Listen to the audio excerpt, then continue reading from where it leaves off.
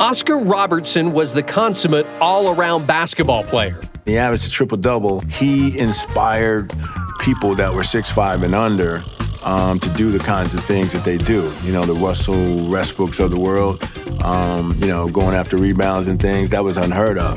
It was just kind of fun to sit on the bench and watch him play and even watch his practice. He's an NBA champion with the Milwaukee Bucks, 12-time NBA All-Star.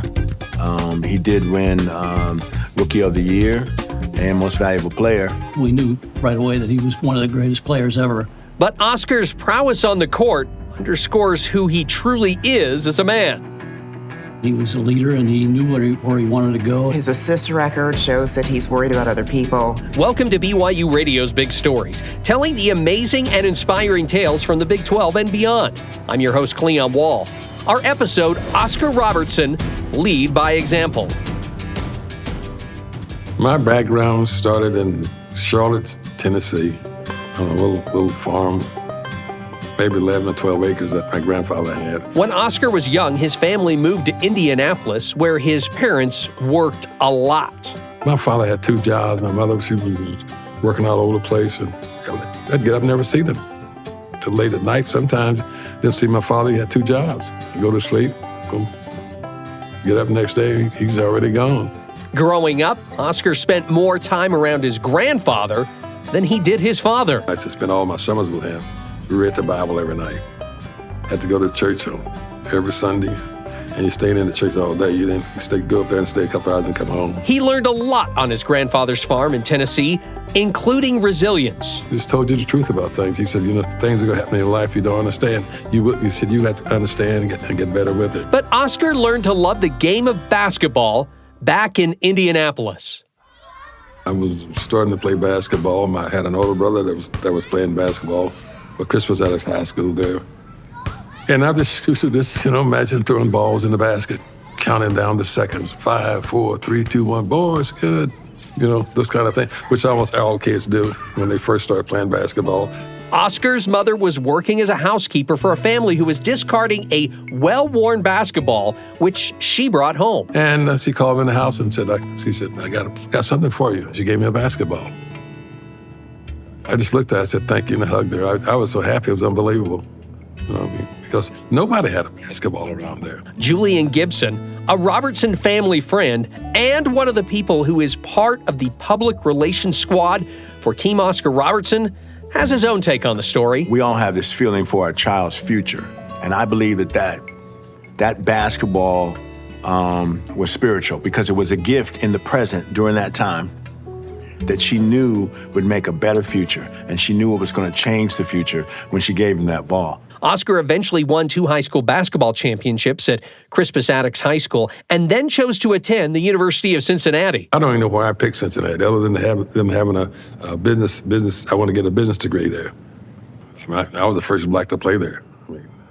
I attended classes, and I was on the black in all the classes. He faced some uncomfortable situations and handled them very well. Tay Baker was an assistant coach for the Bearcats when Oscar was on the team. He was a great leader and a great team player, as good as he was as an individual. I enjoyed Cincinnati. I enjoyed the education. I got a good degree. Met my wife there, which was probably the best reason I went to Cincinnati, to be honest. But when Oscar first played for the Bearcats, not everyone appreciated his talent. And you know, when you get upperclassmen with a rookie coming in, I mean, they talked about me a little bit. That at one time I was walking by the room and they were saying Oscar shoots too much. So I opened the door. I said, listen, I go on the board and I'm rebounding. I'm getting 15 rebounds a game.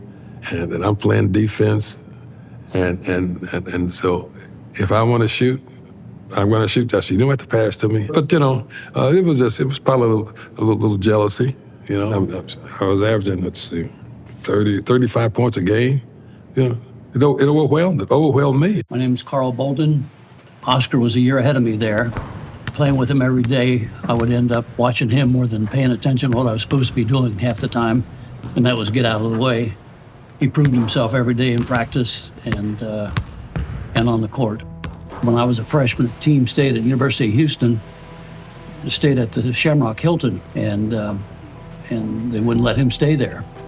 So the coach took over, and the rest of us went to the university and he stayed there. It worked out, but he took it. I got threats when I was in college before I went down, played in North Carolina. I got letters about this, that they were going to shoot me and do all these things. I had no real thoughts about it. I didn't think that much about it, to be honest. They didn't like it. We didn't like it. But those were the times. And he helped change that. No, he was confident in himself, and I don't know that he was comfortable speaking at different things, but you wouldn't know it. I think my father's very quiet and shy. He's a very quiet, shy man. My name is Mari Robertson. I'm the third daughter of my parents, Oscar and Yvonne Robertson. He was put into circumstances that you wouldn't expect yourself to be in, but I think it just brought out some of the positive aspects of his character. So if you have that type of belief system in you, it doesn't matter who you meet or where you go, because you'll always know that you'll end up doing the right thing for yourself and for others. And I think that's something that he's held with him for his entire life and still acts like that and still behaves that way. Oscar Robertson wanted his actions to do the talking.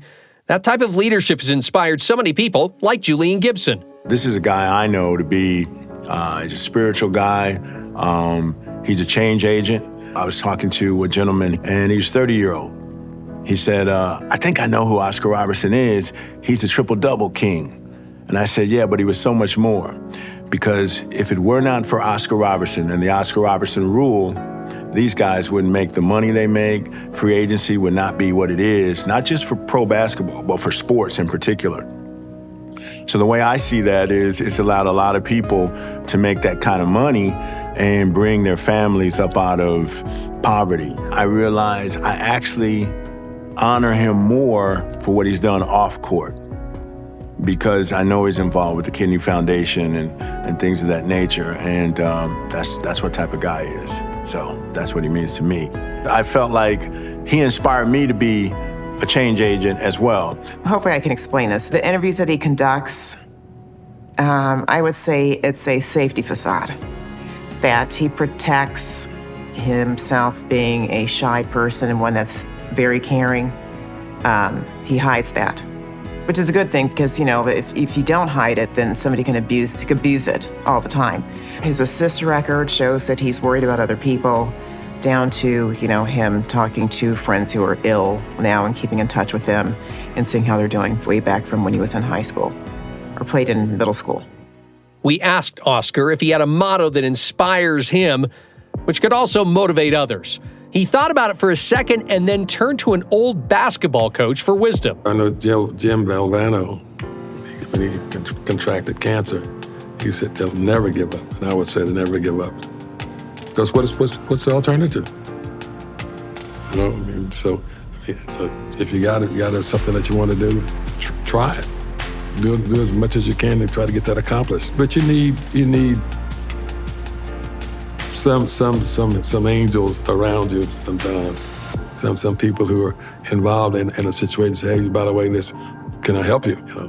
I still believe there's a God someplace. I think God is in charge of everything we do. He's iconic. Everything he did, he handled with dignity. I think his upbringing and his humble beginnings and, his belief in his faith, I think those things helped shape everything he did. And I think that's one of the things that's important.